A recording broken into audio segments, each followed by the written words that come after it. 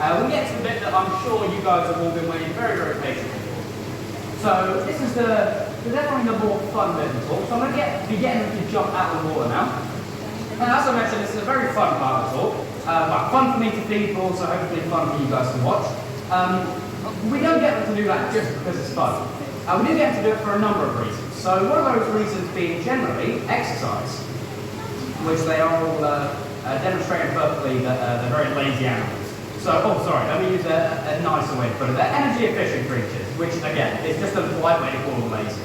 So they want to work for as little as they can for their food. So that basically means that they're saving their energy throughout the day, sitting around doing absolutely nothing, waiting for that big thing to come along so they can grab it. Now obviously, I bet as you can imagine, in captivity, they actually do have the option to sit around and do nothing. So we want to make them work for as much food as they possibly can. So they get fat and lazy.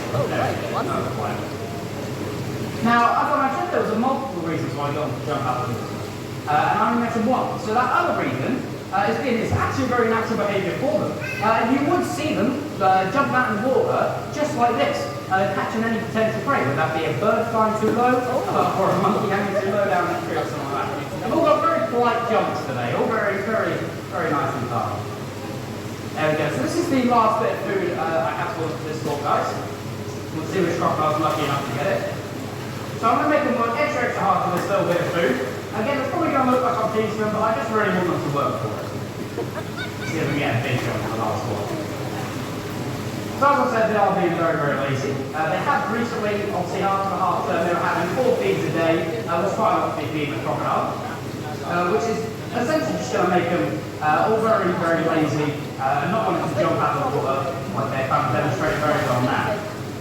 Whereas at the start of last week, there we go. At the start of last week, we would have seen them jumping very, very high out of the water. So as I mentioned, that was the last bit of food I had for them today, guys. Before you all go, I'd like to say a massive thanks for coming to the zoo, essentially allowing us to continue the conservation work that we do here.